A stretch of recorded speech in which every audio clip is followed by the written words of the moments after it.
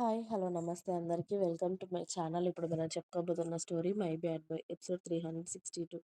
ఇంట్లో ఉన్న వాళ్ళందరూ వేదాకి, ధీరా, బాబుకి హ్యాపీ బర్త్‌డే చెప్తూ క్లాప్స్ కొడుతూ ఉంటే, మనోడు కూడా వాళ్ళతో పాటు పాట పాడుతూ ఉంటాడు.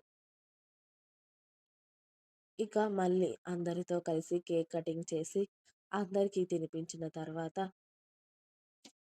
కాసేపు అక్కడే ఉండి మనోడికి తిని తిని పొట్ట ఫుల్‌గా అవ్వడంతో నిద్ర రాగానే కళ్ళు నలుపుతూ వాళ్ళ అమ్మ చంక ఎక్కేశాడు. ఇక వేదాకి కూడా నిద్ర వస్తూ ఉండడం, అలాగే ఉదయాన్నే మళ్ళీ అందరూ గుడికి వెళ్ళాలి కంపల్సరీ. కాబట్టి అందరూ ఎవరి రూమ్‌లోకి వాళ్ళు వెళ్లి నిద్రపోయారు. ఉదయాన్నే లేచి ముందుగా ఇంట్లో పూజ అయిన తర్వాత అందరూ గుడికి బయలుదేరారు. అమ్మవారి గుడికి. మనవడి మొదటి పుట్టినరోజు కాబట్టి చాలా ఆలయాలలో, అనాథాశ్రమాలలో అన్నదానం జరుగుతుంది. అలాగే ఆ రోజు వీళ్ళ కంపెనీస్‌లో, ఆఫీస్ అన్నింట్లల్లో కూడా వర్కర్స్ అందరికీ వీళ్ళే భోజనాలు, స్వీట్స్, బట్టలు పెడుతున్నారు మన ధీరా బాబు పేరు మీద. గుడికి వెళ్ళగానే అందరూ ప్రదక్షిణాలు చేసిన తర్వాత వేద, ధీర, రుద్ర పేరు మీద అర్చన జరిగాక పూజా కార్యక్రమాలు అన్నీ అయిపోయాక పంతులు గారి ఆశీర్వాదం తీసుకొని అమ్మవారికి కానుకలు సమర్పించారు. కాసేపు గుడిలోనే కూర్చొని అన్నదానం జరుగుతుంటే చూస్తూ ఆలయానికి కొంత డబ్బు విరాళంగా ఇచ్చి ఇక లంచ్ టైం అవుతూ ఉంటే అందరూ ఇంటికి వెళ్లారు. వీళ్ళు వెళ్ళేసరికి రకరకాల వంటలు అన్నీ రెడీగా ఉన్నాయి. ఇక అందరూ భోజనాలు చేసిన తర్వాత ఇంట్లో మట్టుకే ఫంక్షన్ అవ్వడంతో సాయంత్రానికి జీవన్, సారిక, సంధ్య, సంజయ్ గారు, దేవ, భూమి, రిషి, జెస్సీ, అరుణ గారు అతి కొద్ది మంది మధ్యలో మాత్రమే ధీరాబాబు బర్త్‌డే గ్రాండ్‌గా చేశారు. గార్డెన్‌లో బ్లాక్ థీమ్‌తో అందరూ బ్లాక్ డ్రెస్‌లే వేసుకున్నారు. వేద బ్లాక్ శారీ కట్టుకుంటే రుద్ర, ధీర ఇద్దరు బ్లాక్ కలర్ సూట్స్ వేసుకొని సూపర్‌గా ఉన్నారు. నైట్ టైమ్ కూడా కేక్ కట్ చేసి చిన్నగా పార్టీ చేసుకున్నవారు. మనోడు అన్ని సార్లు కేక్ కటింగ్ అయ్యేసరికి ఫుల్‌గా హ్యాపీ అయిపోయాడు. ధీరాబాబు ఆ రోజంతా కేక్ తిని, స్వీట్స్ తిని అలసిపోయి ఆ రోజు అన్నం కూడా తినకుండా నిద్రపోయాక, ఇక మగవాళ్ళంతా డ్రింక్ పార్టీ అనేసరికి ఆడవాళ్ళంతా భోజనాలు చేసి ఎవరి రూమ్‌లోకి వాళ్ళు వెళ్ళిపోయారు. అలా ధీరాబాబు ఫస్ట్ బర్త్‌డే హ్యాపీగా అయిపోయింది. మరుసటి రోజు చరణ్‌ని మాత్రమే ఇంట్లో ఉండమని చెప్పారు ఇంకో వారం రోజులు. మనోడు దానికోసమే పిచ్చి వెయిటింగ్ కాబట్టి చక్కగా ఒప్పుకొని ఇంట్లో ఉన్నాడు. రుద్ర, శౌర్య, మనోహర్ గారు, భాస్కర్ గారు మాత్రం ఆఫీస్‌కి వెళ్ళిపోయారు. భాస్కర్ గారిని మనోహర్ గారు తీసుకువెళ్లారు. ఇక ఇంట్లో ఉన్న వాళ్ళందరూ సాయంత్రం జరిగే ఏర్పాట్లు చూస్తూ ఉన్నారు. మీనాక్షి గారు ఆల్రెడీ డెకరేషన్ వాళ్ళకి ఫోన్ చేసి సాయంత్రం రమ్మని చెప్పి చరణ్ రూమ్‌ని రెడీ చేయమని చెప్పారు. సమయం గడవడం, సాయంత్రం అవ్వడం. చరణ్ రూమ్ పువ్వులతో రెడీ అవ్వడం కూడా అయిపోయింది. ఇంట్లో ఆ రోజు కార్యక్రమం ఉంది అని చెప్పి రుద్ర, శౌర్య, మనోహర్ గారు సాయంత్రం ఇంటికి రాలేదు. వాళ్ళు లేట్‌గా వస్తామని చెప్పారు. చరణ్, సమీరకి కాస్త త్వరగానే భోజనాలు పెట్టి, కార్యానికి ముందు జరిగే కార్యక్రమాలన్నీ చేసిన తర్వాత చరణ్‌ని రూమ్‌కి పంపించి సమీరాని వైట్ కలర్ శారీలో రెడీ చేసి, జడ నిండా పువ్వులు పెట్టేసి, సింపుల్ జ్యువెల్లరీతో రెడీ చేసి ఆమెను రూమ్‌లోకి పంపించారు. వేద, శ్రావణి, సమీరాని చరణ్ రూమ్ ముందు నిలబెట్టి, తనకి ఫుల్లుగా జాగ్రత్తలు చెప్పి, తనని లోపలికి పంపించాక ఇక అందరూ నవ్వుకుంటూ కిందికి వచ్చి, మగవాళ్ళు ఇప్పుడే రామని చెప్పారు.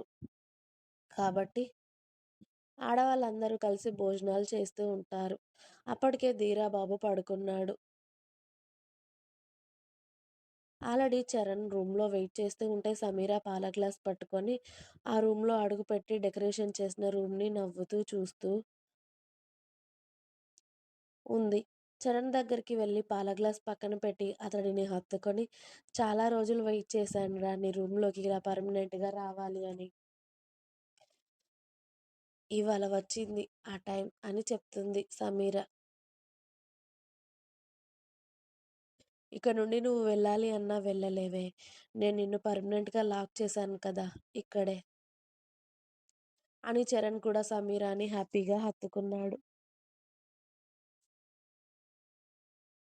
ఇద్దరూ ఆ ఫీలింగ్‌ని కౌగిలిలోనే ఫీలవుతూ "ఇప్పుడిదంతా నీకు ఓకే కదా" అని అడిగాడు చరణ్. మెల్లిగా బెడ్ మీద కూర్చొని సమీరాని కూడా అతడి పక్కనే కూర్చోబెట్టుకొని అడిగాడు. నీకిష్టం లేదా అని అడిగింది సమీర. నాకెందుకిష్టం లేదే, నీకేమైనా టైం కావాలా అని అడుగుతున్నాను. నాకలా ఏం లేదురా. చెప్పాలి అంటే దూరమైన మన బిడ్డని ఇంకా త్వరగా మన దగ్గరికి తీసుకొచ్చుకోవాలి అని ఉంది. ఇవ్వవా? అని అడిగింది సమీర చరణ్ భుజం పైన తల వాల్చి. ఆ మాటకి ఇద్దరి గుండెలు ఒక్కసారిగా బరువెక్కి ఇద్దరూ మూడీగా మారిపోయారు. కానీ తనలాగే ఉంటే చరణ్ కూడా ఇంకా డల్ అవుతాడు అని చెప్పి, నేనేదో మాట్లాడితే నువ్వు డల్ అవ్వడమేంట్రా? ప్రేమగా నన్ను దగ్గరికి తీసుకోవడం మానేసి, పెళ్లి అవ్వకముందేమో అస్సలు ఆగకుండా నన్ను ఉక్కిరిబిక్కిరి చేశావు. ఇప్పుడు పెళ్లయి నా మెడలో లైసెన్స్ పడ్డాక ఇంకెందుకు ఆలోచిస్తున్నావురా అన్ని విషయాల గురించి అని అడిగింది సమీర. అప్పుడు తొందరపడ్డాను కాబట్టే తీరలేని నష్టం కలిగింది మనిద్దరికీ. ఇప్పుడలా తొందరపడకూడదు అనే అనుకుంటున్నాను. అలా ఏం లేదు చెర్రీ. నాకు నువ్వు కావాలి అని చెప్తున్నాను కదా! అలాగే పోయిన మన బిడ్డ కూడా కావాలి అని సమీర చెప్పడం ఆలస్యం. చరణ్ చిన్నగా నవ్వుకొని లైట్ ఆఫ్ చేసి ఆమెతో పాటుగా బెడ్ మీద వాలాడు. అతడు అలా లాగుతాడు అని ఊహించని సమీర అతని పక్కనే పడింది. నార్మల్‌గా పెట్టిన పిన్ను ఊడిపోయి ఆమె కొంగు ఆమె ఎదపై నుండి జారిపోయింది.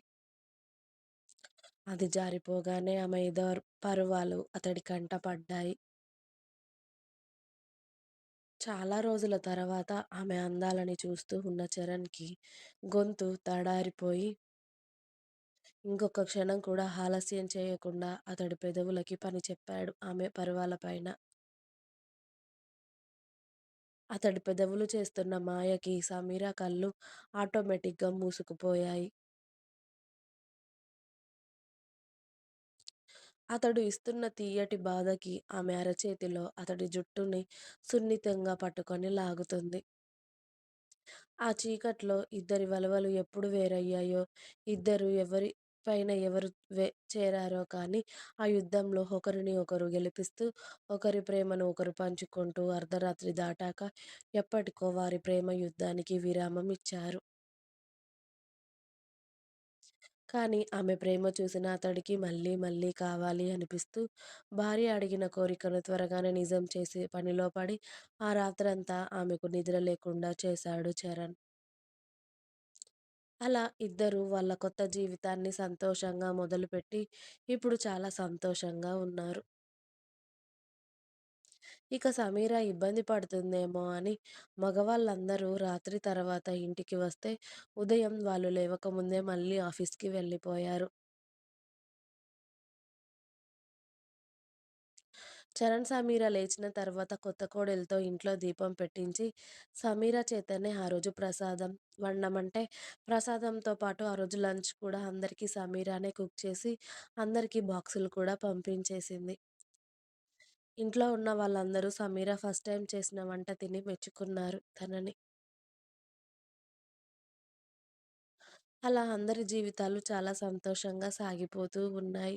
రిషి కూడా ఇక్కడ ఫంక్షన్స్ అన్నీ అయిపోయాక కొడుకుని, అలాగే జెస్సీని తీసుకొని అమెరికా వెళ్ళాడు. కానీ ఏమైనా ఫంక్షన్స్ ఉన్నా కూడా వాళ్ళకి ఇక్కడికి రావాలి అనిపించినా కూడా అప్పుడప్పుడు వస్తూ వెళ్తున్నారు. అలాగే మనవడిని చూడాలి అనిపించినప్పుడల్లా కూడా అరుణ గారు అల్లుడిని చూడాలి అనిపించినప్పుడల్లా దేవా, భూమి కూడా అక్కడికి వెళ్తున్నారు, వస్తున్నారు.